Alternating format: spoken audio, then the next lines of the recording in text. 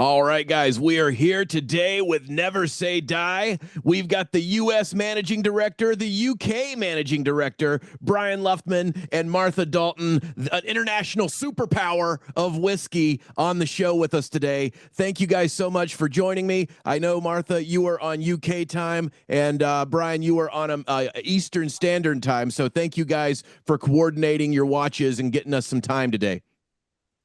No problem. Thank you for having us on the show. Thanks, Jesse. Now, Brian, you are out of Lexington, right?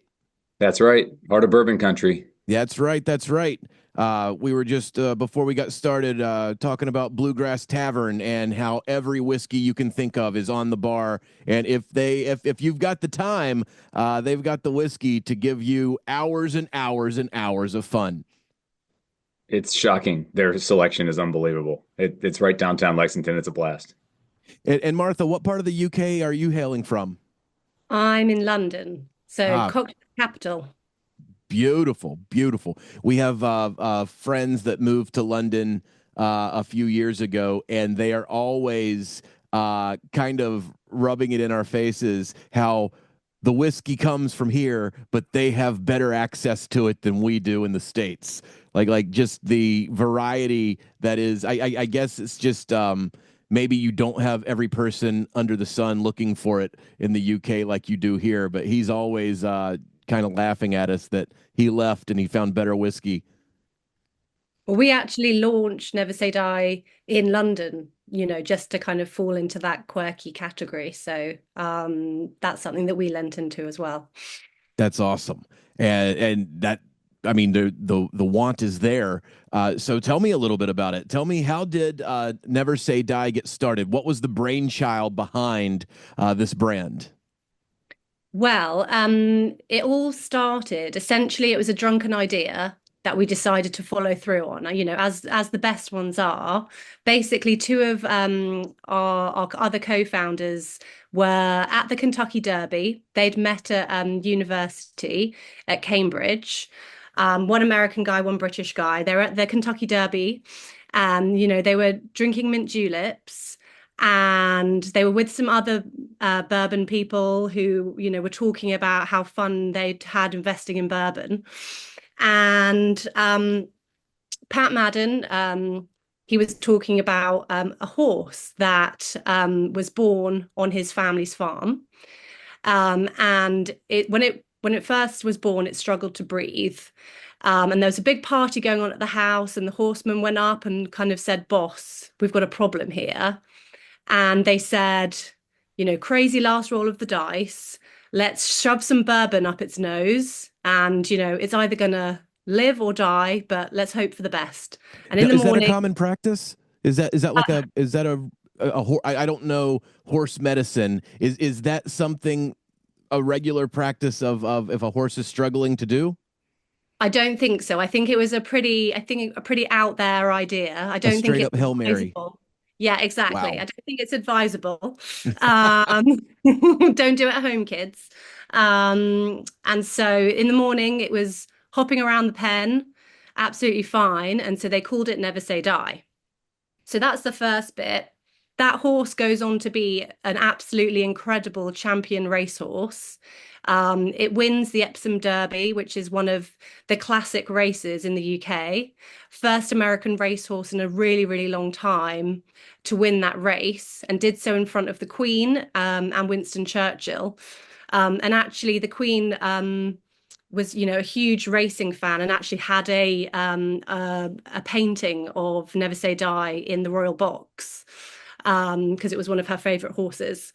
So anyway, so if that isn't kind of an incredible story enough, it goes on. So there was a woman called Mona Best, really down on her luck, and she walks past a black market bookies and sees this horse name Never Say Die 33 to 1, and thinks, wow, that's a bit of me. She pawns all her jewelry, puts it all on Never Say Die, and wins big.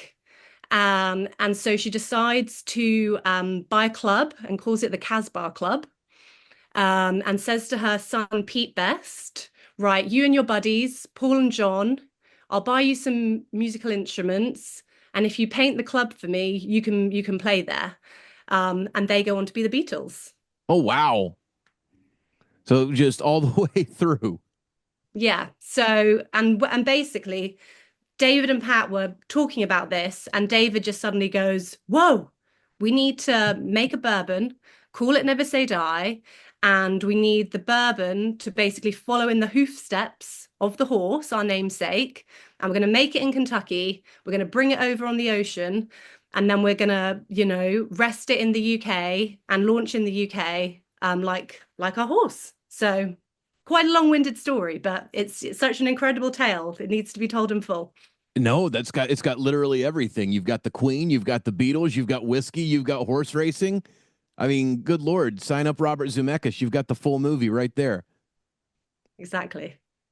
So when you were okay, so the idea forms at the Kentucky Derby, as so many ideas have, and also the Kentucky Derby. If you've never been, it is just awe inspiring in its own right. Like it is the pinnacle of bourbon culture, where it's just everybody's dressed to the nines. You're drinking mint juleps. You're watching the horses run. Um, we were there a couple years ago, and I love synergies. I love the just how things work the way they're supposed to sometimes. I get a text from a buddy of mine who's a rep for whiskey rep distributor, and he's like, "Hey, remember so and so from college? He has a horse in the race. Hadn't seen this guy in 20 years. He's got a horse running one of the final races, and he is, of course, as nervous as you've ever seen anybody, because all that is the crux of the industry is to have a horse in the race, and small world when those connections fall back into line. So your guys, they're there, and the idea is spawned by the Derby. How did they take it from that first half of a great idea, which is a drunken time, to the execution of said idea? Well, this is where Brian comes in, I would say. Yeah, I guess sure. Well, I guess simultaneously. So David and Pat both they say we need to make a bourbon brand, and Pat says, "Well, I've got a guy named Brian, my friend Brian could probably help get this thing off the ground. He's got a lot of connections in the bourbon industry." And so he calls me with the story, and I'm in the middle of doing private equity real estate. Like I'm not really in the bourbon industry.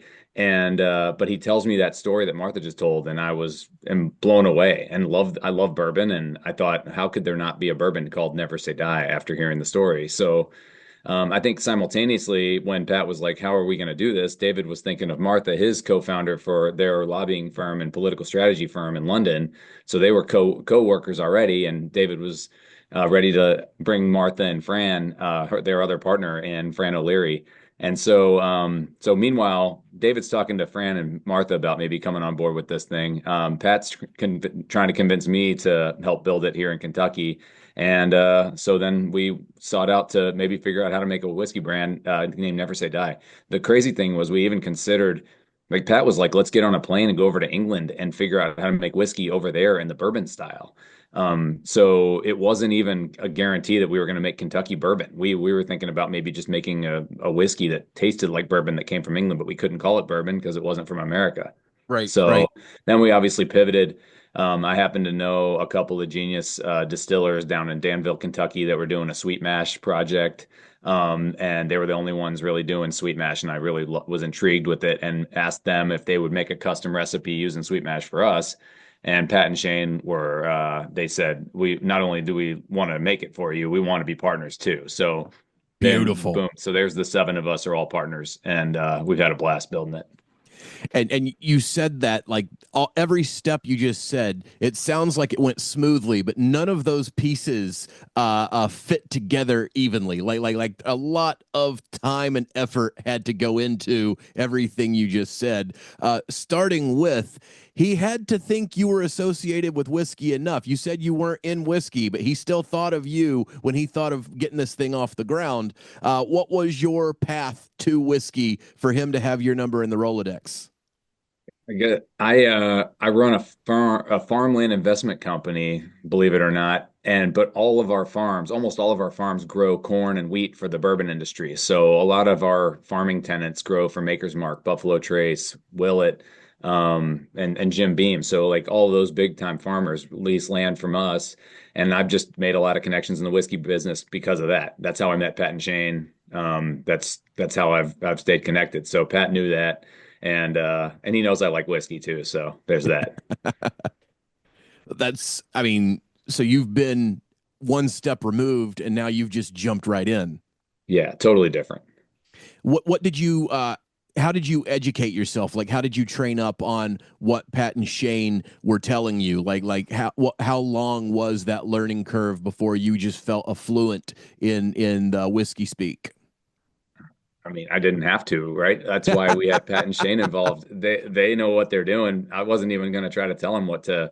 I mean, we did have conversations. They're like, "What would you guys like the whiskey to taste like?" And we brought up a couple brands and things that we really liked, and so we settled on a high rye bourbon recipe from them. Not as much rye as their standard production that they were doing. We had a little bit more corn in ours. Ours is 75% corn and 21% rye, and really liked the concept they came up with. I mean, they did some comparable mash bills and told us what they were thinking. And we don't steer geniuses; we let them be geniuses, right? That's right. Let the whiskey talk. Right, right.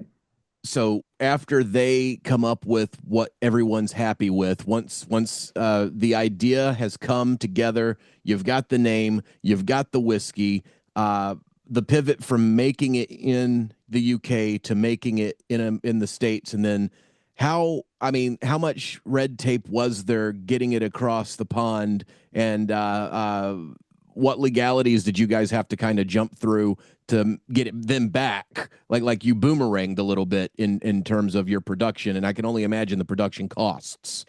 Certainly. I mean, we had time, thankfully, because our first barrels were made in 2017. And we didn't launch the brand till 2022, 2023.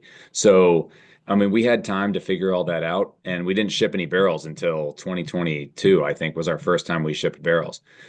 So we had 5 years to figure that out. Meanwhile, and it wasn't easy. I mean, we had to find licensed importers, exporters. We had different hazardous material deals to go through on how we load the barrels into the shipping container because they do ride over into England in the shipping container sloshing around. We were dead set. Like it'd be a lot easier to just dump it all into a tote and take it over, but we had to have it in the original barrels. So, and then finding a place to store the barrels over in England was not easy. Meanwhile, while we were doing all of that, and we found a great partner over in England, some of the fun things we were doing because we didn't know what we wanted the brand to look like. Martha, do you want to tell a story about like how we came up with the packaging and the bottle and the design? Which is Yeah. top notch. I mean, from the time it hit the mailbox till the time it got opened, everything was fluent and stands out against other brands in terms of if you see this on the shelf, there's like this, I don't know, just this pretty badass contemporary vibe going on with what you guys have put together in the bottle. Yeah, Thank you. and I think for us, we were doing something different. We're it's very unusual to bring the whiskey across the ocean in the original barrels, but we really wanted to because we wanted to be true to the brand. And so it meant we also wanted that energy to be on the bottle as well. So we've got the typeface is basically from a newspaper in 1950 when Never Say Die won the Epsom Derby. So that's on there. Lester Piggott was the jockey when he was only 17, 18. And actually, he lost the coin toss and ended up on the horse. And that was, obviously before he went on to be a world famous jockey. And so the pink and the blue, that was from his silks that you can see right there. And also the perforation, we were kind of wanting it to look like a ticket. So you've got that there. And then you also, if you lift it up, you can see we've got a lucky horseshoe in the base of the glass as Oh, well. love it. That is awesome. I mean, none of this is cheap, guys. Like every step of the way, you guys have like all of first off, you didn't ship it over till 2022. That means you guys had to persevere through a pandemic while not having liquid on the shelf yet. Like was there ever moments of hardship where you guys were just like, wow, we are in this thing? I think we've all, it's a passion project for all of us, and so that's why we've never wanted to cut corners. We all have other jobs, and so for us, if we were going to do it, we wanted to do it, right, and to be really true to the brand, and also to have fun with it. The other thing that was a bit of a wrinkle was that just before we were planning to ship the barrels, there was a trade war between the United States and the EU. And so we had a 25% tariff on imported goods. But being the kind of the plucky people that we are, we didn't just sit around. We set up something called the Bourbon Alliance. We got people from all across the whiskey industry in the UK, but also in the States, to all start lobbying both governments to try and get the tariffs off. And the day the tariffs got off was when I called back Brian, he called the shipping people, and we basically got the barrels onto a ship basically the next day. Go, go, go, go, go. Yeah, We got this thing. Let's do it. yeah, exactly. Yeah, I, we were lucky that we had produced our own whiskey, Jesse, on like the cost thing as well, because we made our own barrels and that costs a lot less than buying aged barrels, which a lot of brands do. So we had a little play in the cost where because we knew we were going to have to ship barrels across the ocean and figure all that out, but like we could pay a really good spirits branding designer to come up with all of those features that Martha was talking about on our bottle, and then have our own custom bottle and try to make it an ultra premium product, but not hit the shelves over $100. Like we were dead set on making this somewhat of as affordable as we could for a whiskey that goes across the ocean twice. But it sells for in the under $70, which we're pretty pleased with. I know it's not that's not like cheap whiskey, but it's we hope that nobody turns away when they wanted to go into a store and see it. well, and on top of that, I mean, just look at the color you get out of this. Like it's a 95 proof bottle. It's under $70, and it's basically been aging across the, as you said, across the ocean, and then aging in England for years. So, what does the climate? What role does the climate play, or what differences have you seen in the maturing of this product since it's been aging in England, like with a very different weather structure than the States? Because that was the first thing I noticed was it's just there's an amber to this that's just it's pretty damn deep. Yeah, we haven't done a study on like color actually. That's an interesting thought. Like on the color version before it goes over the seas and then after. I have to imagine it gets a lot of that dark color from sloshing around against the charred inside of a barrel for 6 weeks. I mean, that's a whole lot more movement than any other bourbon sees, maybe except for Jefferson's Ocean, which is out at sea a little longer than ours. But then shipping it over to England and who knows? So as far as color wise, I think no doubt, like it seems like that would absolutely add to the color and the profile.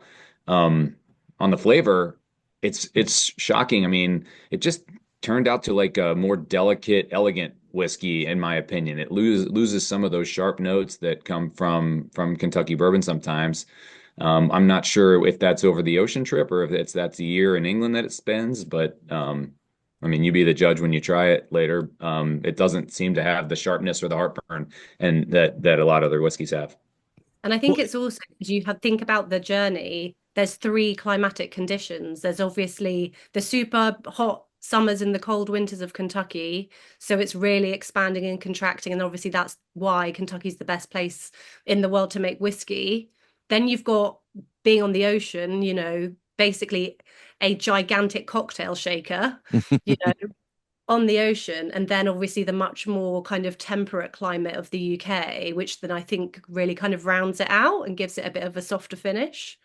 that's where I was going with that too. The last year in the barrel in such a drastically cooler climate, you don't have if the expansion opens it up so that it can permeate through, then once it is in that cooler climate, then you've got that extra time where that maybe the heat's not the heat, but then you've got those notes are sort of sitting there versus continuing to get hotter and hotter for lack of scientific terminology. So it does smooth it out over that last year and take it down a little bit in the heat index, as you were saying, Brian.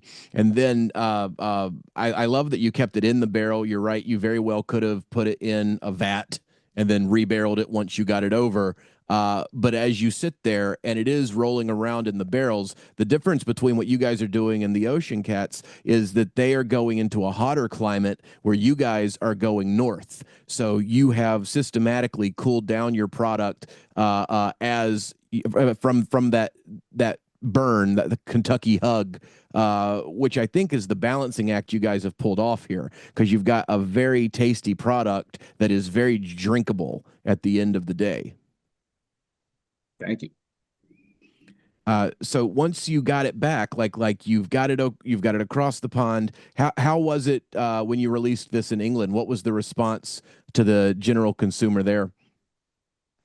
I mean, we've had a really fantastic response. Everyone that tries it, really enjoys it. And it's such a, sense of pride for us. When we launched at the whiskey show, we had people coming over, they'd not heard of us, but as soon as they tried it, they were instantly fans. And it's just lovely to see. And I still get such a thrill going into a bar or a restaurant in London and seeing it behind the bar. It's just so exciting. We talked about it a little bit up top, but what is the whiskey culture in England right now? I know traditionally a Scotch Irish whiskey, prevalent for the area. What is the how is bourbon perceived to the English palate? I think that people are kind of converting to bourbon. I think lots of people are really interested in the cocktail industry. People really love using rye, and I think because obviously it can kind of put that flavor can punch through. I think it's a competitive market in the UK because there's Japanese whiskey, there's Scotch, there's Irish whiskey, there's bourbon, and I think it's still a growing consumer base, but it's definitely not as famous as it is in the States. Is it like a youth movement? Is it like it was when it hit Japan, where like the younger generation is gravitating towards it? Is it like the cool spirit, so to speak? I would say, yeah, bourbon and mezcal, I think, are probably the cool spirits over Hmm. here. That's right. But they have a So long way to go, Jesse, because I mean, you go over to most bars in England. I mean, we take it for granted here in America. Like there's going to be an old fashioned or a Manhattan or something even way more intriguing on a cocktail menu made with Kentucky bourbon here. And it doesn't seem to be the case in England everywhere. Now, London has an incredible cocktail scene. But it's like a standard restaurant you walk into, it's just not a thing like that old fashioned's right on the menu. You know what I mean? So they got a long way to go. well, that's kind of what I was getting at. When you travel abroad, well, when Americans travel abroad, there are normally one or two standards that are on the menu when you get to a country, and they're normally two of the same, same family, and it's very rare if they know anything more than either neat or on the rocks, ginger ale or Coca Cola or whatever they think the mixer is. So you guys kind of have the luxury of being at the forefront of that boom in the market for the UK, which is exciting considering there's a lot of work to be done, but the rewards there have to be just rampant for the possibility of reward, I should say. Yeah, Hope exactly. And so. I think it's for us why we wanted to make it an accessible product in terms of, the small batch is very, very drinkable, as you kindly said. Whereas I think the rye is amazing. It's, that's my favorite product that we have, particularly because mine and Brian's names are on the bottle. So, Yeah. But I think with that is also really excellent in a cocktail, and I think that the kind of younger consumers in the UK, that's probably how they might be drinking it. Well, the rye was my favorite as well because it's got that 105 proof point. that which is right in that, especially if you're just getting started and going above 100 for the first time. Like it's got the punch, it's got the spice of the rye, and it's also got, as you said, will stand up in a cocktail because the proof point will stand up against whatever sugar you mix it with. Right.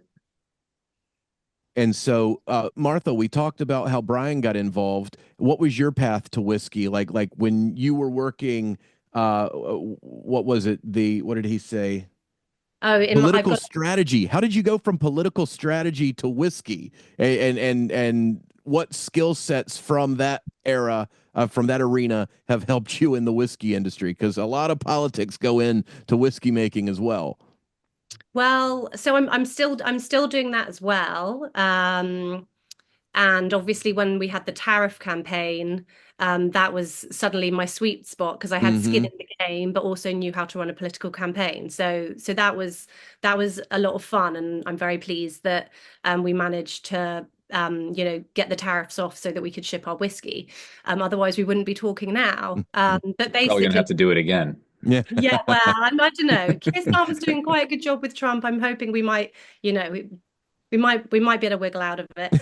Um, but yeah, basically, David, whose idea it was at the Kentucky Derby, he's my business partner in our lobbying firm, and he came back from the races and said, "Right, Martha, you need to work out what to do. We need to set up this brand, like figure it out." So, you know, that's what we did. That's also how a lot of ideas work after the Kentucky Derby. All right, we've had this great idea. Our heads hurt. Here, you take it, and we'll meet up in 2 weeks and talk it through. Exactly. So, but yeah, we've all had a lot of fun doing it in quite a relaxed but serious way, if you kind of understand what I mean. Oh Um, yes. and so the way we've really done it is by also teaming up with other excellent people. So, um, as Brian mentioned before, it took us quite a long time to find the right partner in the UK. In terms of where we wanted to store our barrels because we wanted a kind of we knew we weren't going to be able to replicate the Rick House, but we wanted it to be, first of all, it was really important to us. It was in England, not in Scotland. Hmm. And for obvious reasons, there's lots of storage in Scotland and not very much in England. So finding somewhere in England was a bit of a challenge. But also we wanted to work with people where there would be a nice kind of, I guess, some symmetry in terms of how we were all operating. So we wanted to find people that, we got along with and that were, also really passionate about their products. So we met a guy called Max, who runs an English whiskey distillery in the Peak District called White Peak. And their whiskey's called Wireworks. And what's quite nice about partnering with them is that they store our barrels for us, but then once we've dumped them, they then use them to make with their whiskey. So it means that, we're all connected, which is nice. Oh, that's beautiful. Yeah, the community, the whiskey community is always fine. We don't waste anything. Like nothing gets wasted in whiskey. So he keeps the barrels for you. He gets to use them when you're done. Everybody goes home happy.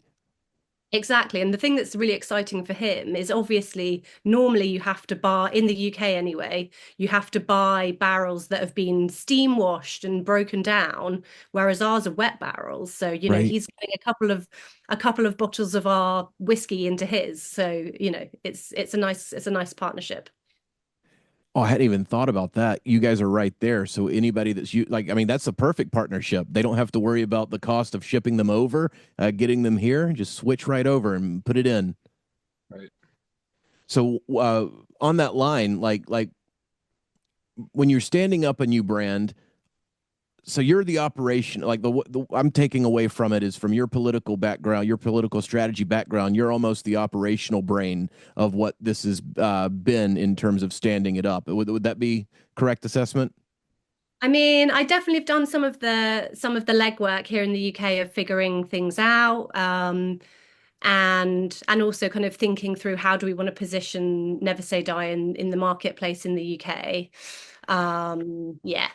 And how did you position it in the marketplace, considering so much of your shelf space is probably taken up by other whiskey spirits? Like how do you like here? It's already an oversaturated market where you guys are going to stand out on the shelf because you've got. End of the day, the product is of course what matters. But if you're standing next to a more reserved label, you guys are going to stand out because you have that contemporary look and feel, nice bottle design, everything kind of plays to the eye. Is it the same in England? Is it the same where you're like you're probably new on the show, like not just new as your brand, but new as your category of bourbon on a whiskey shelf in England? Yeah, I think that for us, one of the things that we really wanted to do was, yes, look kind of fresh and modern, but also let the liquid kind of, be the thing that you remember. And so for us, when we first launched, it was really important to us that I guess the bourbon geeks really got Mm-hmm. on board with our product. So what we did, which was quite fun, is there's something called the British Bourbon Society. We took them up to White Peak where our barrels are, and we let them pick a Geek out. barrel. Yeah.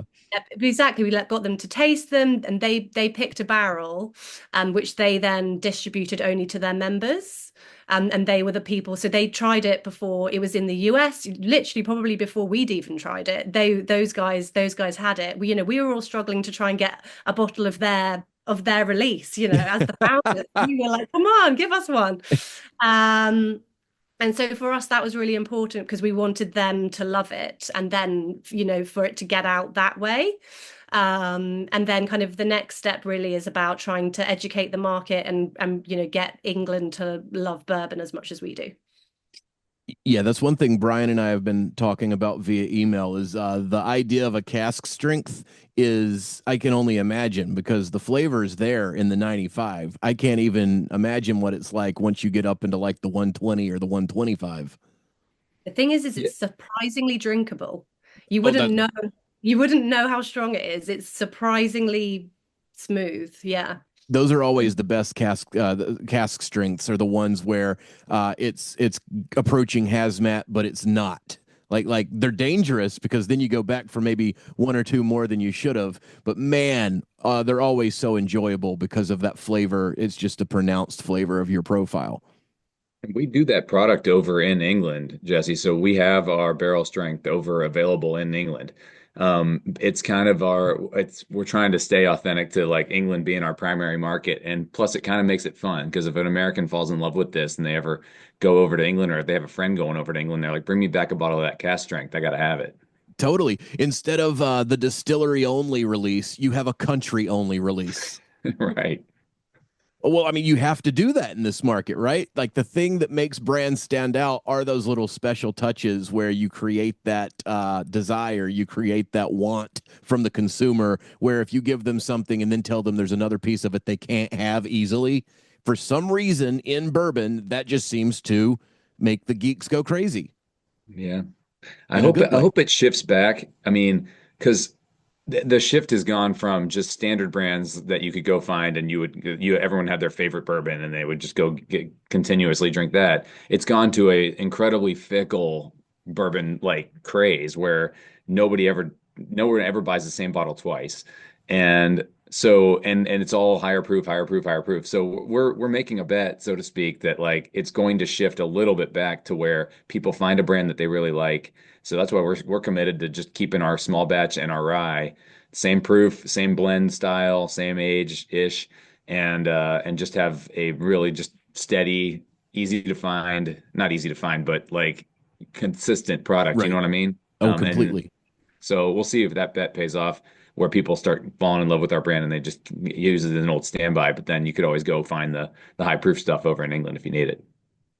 Well, that's an interesting point, and I think you see the general consumer has you can see the trends in the industry as the people that found whiskey not in the beginning of the boom, say in the mid 2010s, but the second round of the boom, where now that consumer that maybe found it during the pandemic, which is when the boom really just grew and grew and grew and grew, they are now at that point in their whiskey journey where they're at that hazmat level, and you Hmm. will see it trend back the other way because after this is new and shiny, they'll diversify backwards and go back to what they were drinking before because it's not sustainable. You can't drink hazmat every day. You can, but like the people that are they've got their day sippers, they'll quickly learn that if you want to enjoy something more than one or two, you need to save your hazmats for your kind of almost dessert, if you will. Your kind of one and dones where you get that super flavor punch at the beginning of the night, and then you can work your way back into your daily sippers. So I think point. it'll trend back the way you're hoping it will, and you'll be ready for them when they get there. And to your point, if they go across the pond, they can get that they can get that cask strength, and then have this waiting on the shelf for them when they need that second pour. Yeah, it's happened in beer a lot. If you notice, like everyone was making these high ABV IPAs, and a Mm-hmm. lot of those companies that were putting out those high ABV IPAs have now put out like drinkable under 5% ABV because they've get feedback that people don't want to drink more than one of those. And so, yeah, you're making a good point. Well, it's just interesting to see across the board.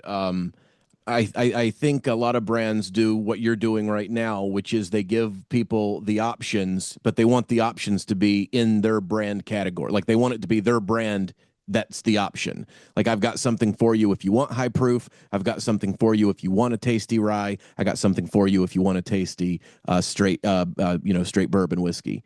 So Mhm. you guys have run the gauntlet already. What are you thinking in terms of next steps? Are you happy with the bourbon rye combo you're putting out right now? You going to stay here for a little bit, or are you thinking of expanding into other expressions? I think we're just going to stick with those two bottles you have sitting on your desk behind you in America. It just makes it so simple. People know that if you're buying a Never Say Die, you know what you get. If it's black label, it's rye. If it's white label, it's our small batch bourbon. Both of them have 10 barrel blends, so it's definitely a very small batch and just something super consistent for people. And plus, we're so new to this market. I mean, we launched this less than 13 months ago in the United States, and we started in Kentucky only for the first 6 months. So really, like, it's hard to find our brand throughout the U.S. And so and that's what my job's been is until we can get it into stores at least so you can find it in most of the states of the United States. I don't feel like we need to get distracted by putting other stuff out there. And that's a smart move. Everything Maybe. from this point on is a chess match, and if you go too quick, you're going to over exert yourself. I think, my opinion, smart move to stay where you are right now and let the people fall in love with what you've got versus giving them 19 options too soon. Right. Thanks. And on that note, you wanna dive into these bottles, get some tasting going. Sure. Mhm. Figure we'll start with the whiskey, start with the bourbon. Yeah. That's the 95 proof. That's the warm up, you know? Oh, I've had these sitting since we started talking. Yeah. Uh, Immediately on the nose, you are getting that sweetness from the corn shine through. It's like a very approachable, like it's a very attractive nose.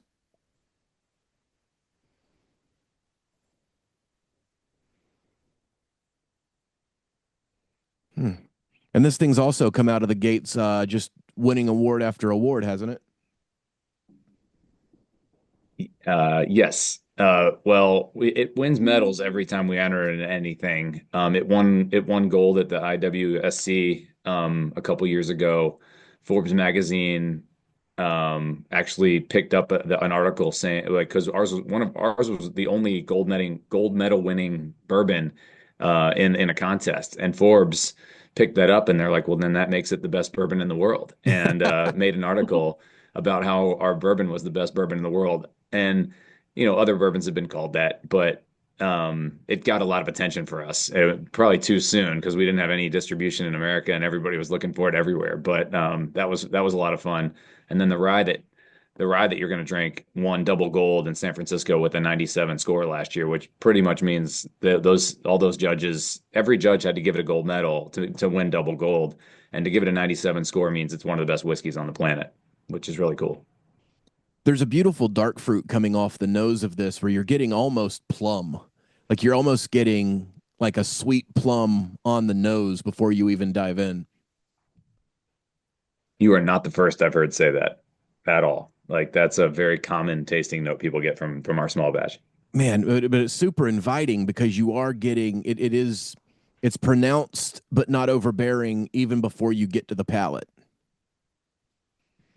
Cheers, guys. Cheers. Yes.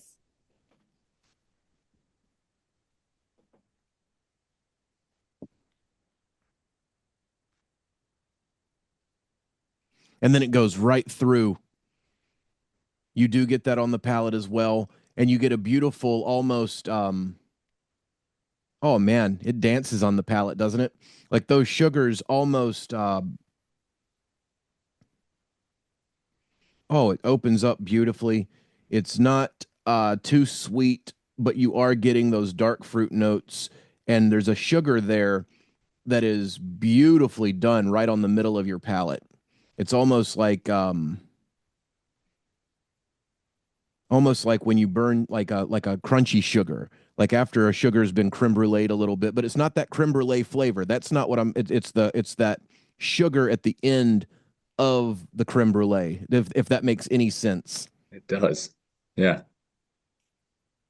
And it's to me it's like just an elegant bourbon. Like it's not it doesn't hit you in any way, shape. Like so, what shocked me when the first time I ever tried Pappy Van Winkle, because obviously that's like the goat. Everyone always talks about it, and now and a lot of people are disappointed when they try Pappy for the first time because I think they're expecting to get like really hit with something like. When in reality, they made a really exceptional whiskey. It's just incredibly smooth and elegant to where you're almost like just like so drinkable you could drink the whole bottle without it really burning or anything. So I was really pleased when Shane and Pat came up with this. I mean, it to me, it's. I'm not saying it's like Pappy Van Winkle, but it's in that realm where it doesn't blow you away, but you realize you can appreciate the elegance of it. Which was one of the things I was wondering, and well said about the Pappy. I think Pappy almost has the stigma, like when like a friend tells you you have to see a movie, like oh dude, you've got to see this movie, and then you go see it. Like if nine people tell you it's the best movie you've ever seen, and then you go see it, and it's a really good movie, but like you were so heightened before you even saw it that there's no way it could meet your expectations because your expectations were just blown out of proportion before you even got to the theater. Uh, I think for Pappy to have the legacy that it has, it is that drinkability that you're talking about. When you go, Pappy wouldn't be Pappy if it punched you in the face and you could only have half a sip before you had to move on to something else. Like Mhm. that's not how it grew in popularity. It's the fact that you could sit and have a bottle of it before you realized that you were twisted that it got there. You know what I mean? Yeah. And this right here, when I opened both of these, and one was 105 and one was 95, it gave me a moment of pause. I'm like, what led to the difference in proof point? But then when you drink the bourbon, that is what hits you immediately is that drinkability and the fact that you're getting a hint of that dark fruit comes across more polished at 95 proof than it should. And that's a compliment because you are drinking what tastes like a heightened whiskey. And it is that, it's got that sort of polish. Polish is the word that keeps coming to mind, where you can tell it's been put together properly in the pour. And it makes you want to go back for another sip, and it's not hitting you over the head with it, which means you could have another pour and another pour. And at 95 proof, it's not going to put you to bed anytime soon. Yeah, we asked Shane. We settled on 95 and 105 because Never Say Die wore the number five in the race in the Epsom Derby in 1954, which your fans can watch on YouTube, which is really cool. If you type in Never Say Die Epsom Derby, you can watch the whole race with Oh, the that's Queen and awesome. Winston Churchill there. But we asked Shane like what proof is ideal for your whiskey? Like what would you? And he was like anywhere between 92 and 100.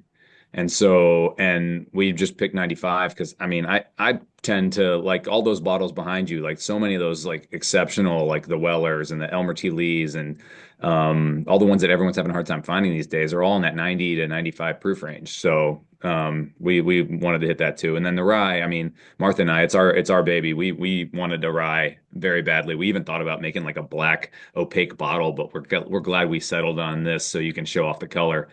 And so we really I think a rye drinks at better at a higher proof. So Agreed. and I'm glad we picked this because the proof heads who people really like higher proof stuff tend to gravitate towards this, kind of like you, Jesse.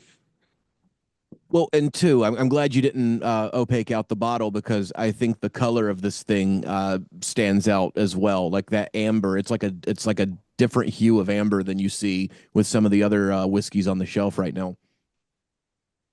Wow, the bourbon. If this is going to be your calling card, I think you guys are right where you. I mean, it's a beautiful frickin' pour.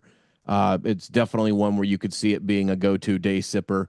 Um, it's Friday. I could see it being a solid end of my week Yeah. as we move forward with this. And now the rye. You said this was your guy's baby. You settled on 105. Give it a little bit more oomph. Let that rye spice stand out. What was the mash on this one? It's 56% rye, 33% corn, 11 barley, which is really, I mean, that's not standard in the rye world at all. I mean, a lot of the ryes that you see on the shelf, I'll pick Bullet as one. I mean, that's a well-known 95.5 rye. So when you talk about 95% rye grain, I mean, you're getting really punched in the face with that spice and all the grassy notes that a rye has. This one, see if you agree, brings a lot more fruit and a lot more sweetness, but still a rye whiskey. I mean, it's over 50% rye, but it drinks a little bit bourbonish. It's a more Kentucky style rye. That's what Pat calls it. Well, the spice jumps out at you at the nose, on the nose immediately. Uh, Man, you could swim in this. Like it is. It's that beautiful handshake between the sweet of the corn and the spice of the rye. And there's something hiding behind it. There's something hiding behind that sweet and spice that I'm very much looking forward to. It's a berry. I just can't put my finger on which berry. Almost like a blackberry with a hint of uh,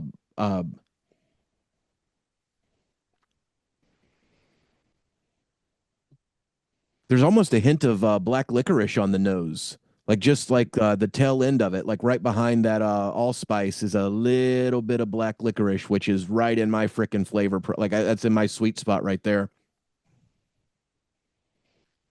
Cheers, guys. Cheers. That's interesting. I'm not a huge fan of black licorice as a candy, but I sure do like this whiskey. I'm catching a little of that. I mean, anise, am I dreaming? Is that a similar tasting note to black licorice? I don't know. What did you say? Sorry, I was taken away by that pour right there. Sorry, I snapped you out of your days. Anise, maybe is that like I don't know. I'm not good at tasting notes, Mm. so you professionals are much better at this than me. Well, no, I love black licorice in a whiskey. I love it in a like it doesn't overpower it. To me, it's a compliment because you're not getting a black licorice on the palate. It's right at the edge of the spice in the nose, and Yeah, then on the palate, you. Mm,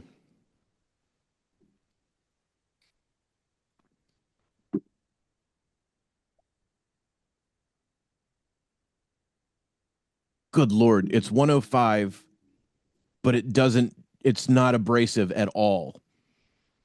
It basically works the palate. You get everything you want from the rye, and then you've got that sweetness coming through at the tail end of it. It almost boomerangs around. that's that sweet mash magic. I'm convinced it just makes you can drink higher proof and it doesn't taste like higher proof. It's kind of magic. Good Lord. This was the one that I've drank the most of since the eloquently packaged bottles arrived. And I think it's because it does have this character to it that you can sit and just drink through and find something different with each pour. And you get the things that you love about a rye. You get the spice. You get the things that you have by putting so much corn in it, which is that sweet note that boomerangs around the rye, the spice of the rye. But then the combo of that is like a you're getting like cinnamon mixed with berry. Hmm. And I love it. Like I absolutely enamored with the mouthfeel on this, where the top of your palate, like it's doing this beautiful thing at the top of the palate, where it's working with the rest of. Mm, God bless. That's really good, guys. And Thank you so sorry, much. I don't Nice. make direct eye contact when I'm figuring shit out because it's just creepy. It's creepy, Martha, if I'm making direct eye contact with you going through all that.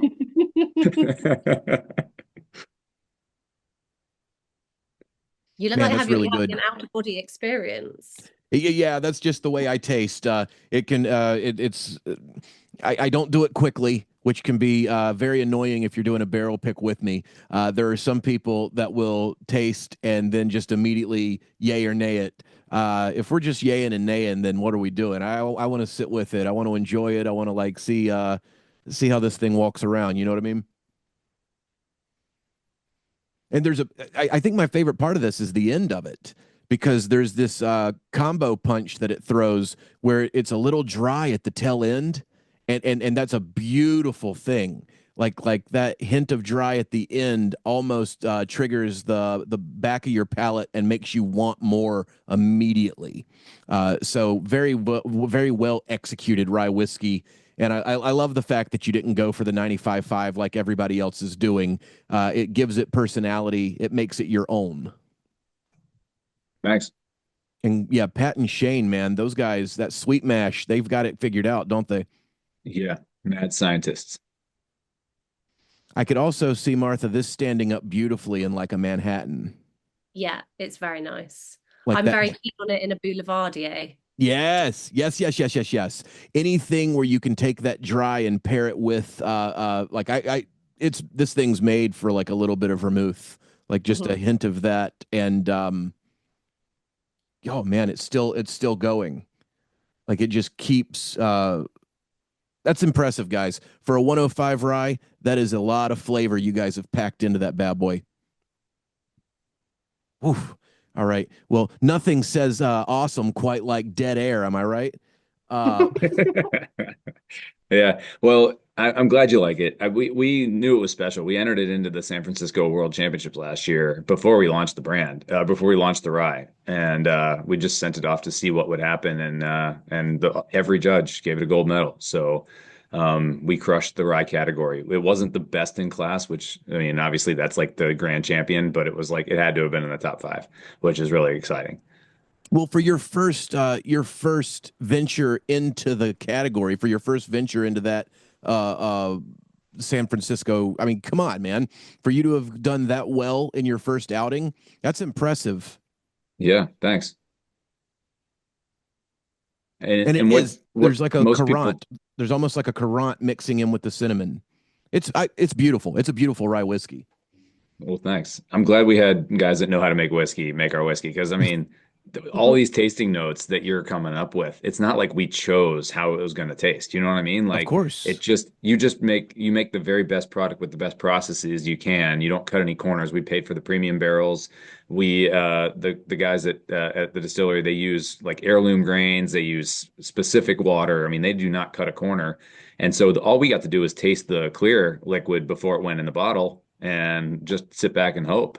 And 6 years later, you don't know until you try it out of the barrel. So you're just Well, hopeful, you know? I mean, you can taste it along the exactly. way and it's always tasted good. So we knew it was going to be good, but you just don't know what all the flavors profiles are going to be. And by the time you figure it out, it's too late because you made thousands of barrels of it. You know what I mean?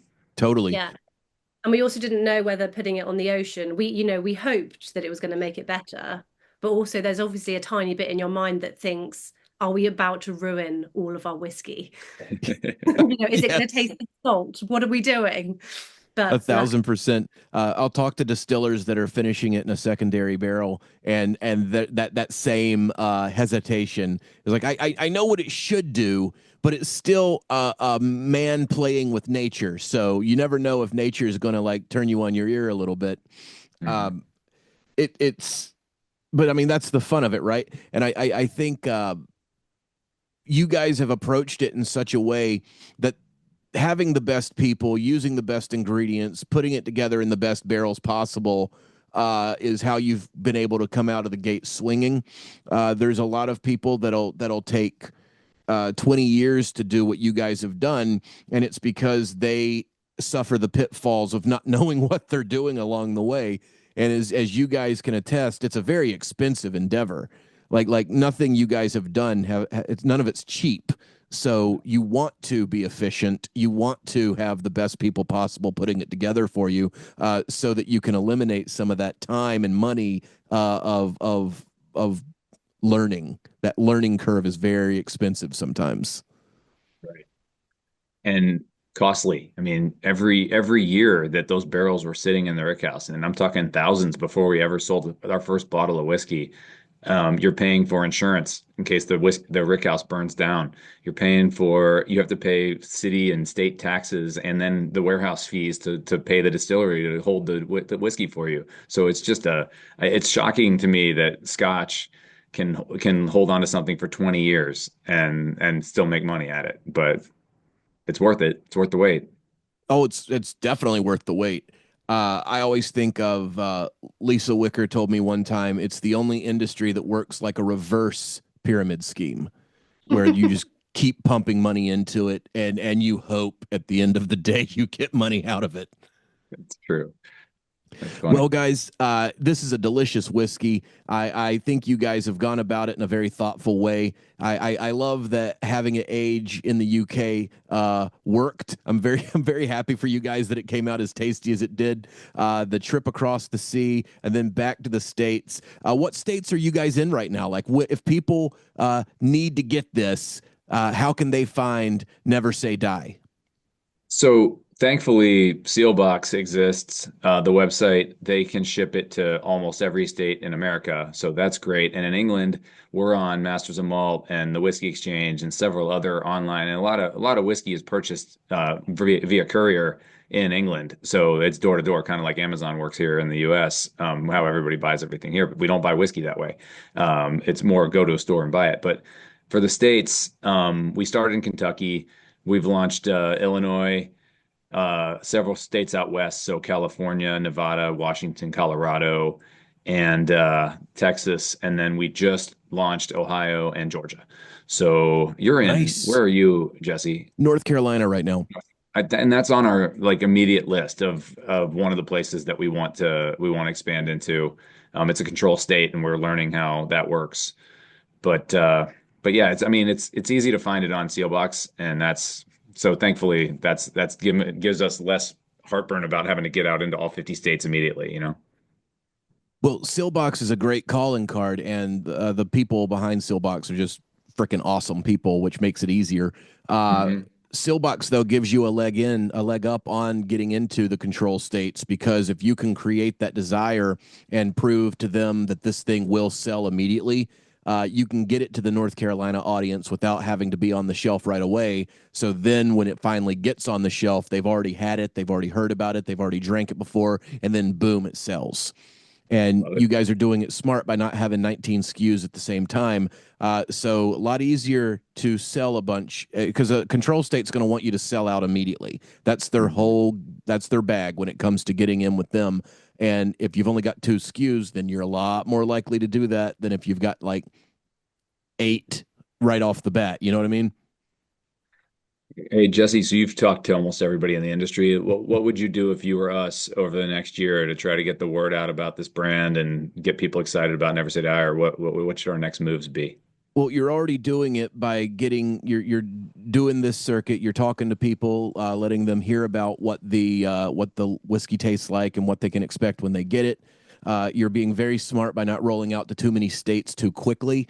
A lot of people shoot themselves in the foot if they over expand before they, if you don't have the liquid to, what you don't want is to get somebody hooked on your product and then have them go back to the store and not be able to get it again, because then you become their favorite show that has had too long of hiatus before season 2 comes out. What do you do in that scenario? You start watching something else. Whiskey drinkers are very similar. So you want to roll out with the pace you're rolling out so that when people find you, they can go back and find you again. And if they find you on Sealbox, then you don't need to be in their state because they can come get you from Sealbox next time as well. You want to wait for that swell to build up behind you before you get to the state so that when you get there, you're just rocking and rolling. I think you guys are on a good trajectory right now. Patience is a virtue that a lot of brands don't have when they're first getting started. They want to come out and they want to knock out the world in one punch, but you don't knock out the world in whiskey in one punch. You knock out the world geography wise, little bit by little bit by little bit, and just keep making gains. Thanks. Nobody's Appreciate ever that. asked me that before. It's but that's you guys are doing things the right way right now. It seems like to me. Thanks. It's a chess match, and you guys have a lot of smart people behind you. So, uh, I had the conversation a couple nights ago with somebody trying to get into North Carolina. It's got to make sense for you, right? Like what do Yeah. you want? What do you want out of a new territory? Is the Well, question.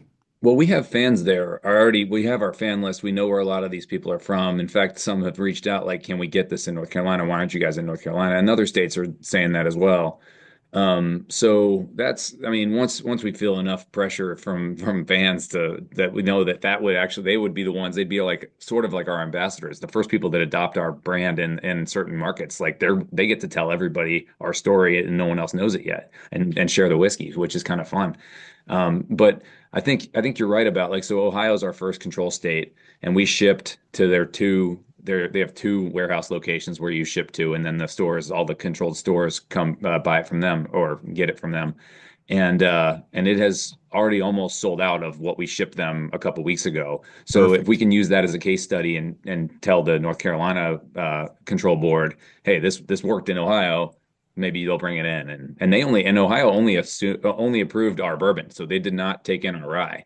Oh So wow. that's going to be helpful for us to get the rye approved because the customers are going to be like, hey, where's the good one? Like, you know One what I two mean? one two punch, yeah.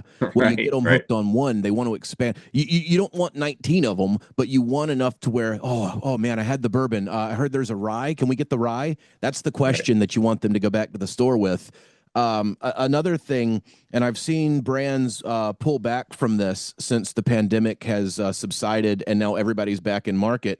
uh, Keep utilizing your bourbon groups. Keep utilizing your bourbon societies and people that will word of mouth you without you have like you talk about ambassadors. An ambassador is one person. A bourbon group that it's not even statewide. Like that is nationwide. That is international. You've got people. If you can have somebody in Dallas brag about your product to somebody in the same group in Virginia, then boom. It surprised me a little bit that companies have pulled back so much on that and are going to rely solely on store presence again, because the store presence, it's great and you need it, but it's a changing market. You can't go backwards. You partition it. You put it alongside your other sources of word of mouth now, and the bourbon groups are a great source for that. Great call, Jesse. I was in Dallas yesterday because we're trying to get Texas rolling, and had and I love when a group comes. If anyone is in a bourbon group listening to Jesse's show in this episode, they should contact me directly.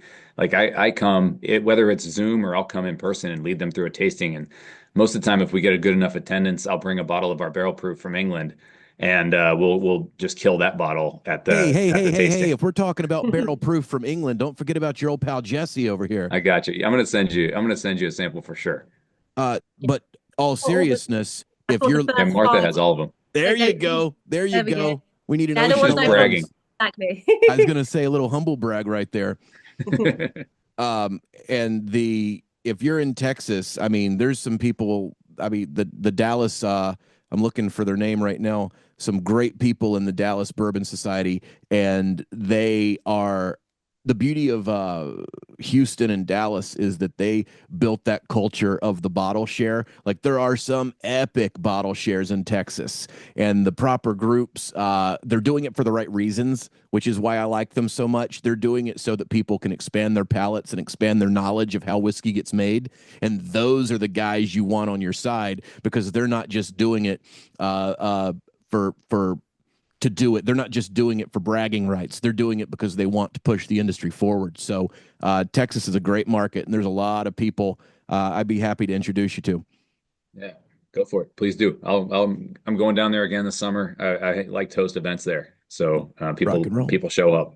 It's a good time, man. Dallas is a lot of fun. And now, guys, I know you guys are busy. Martha, it's getting towards the end of your day.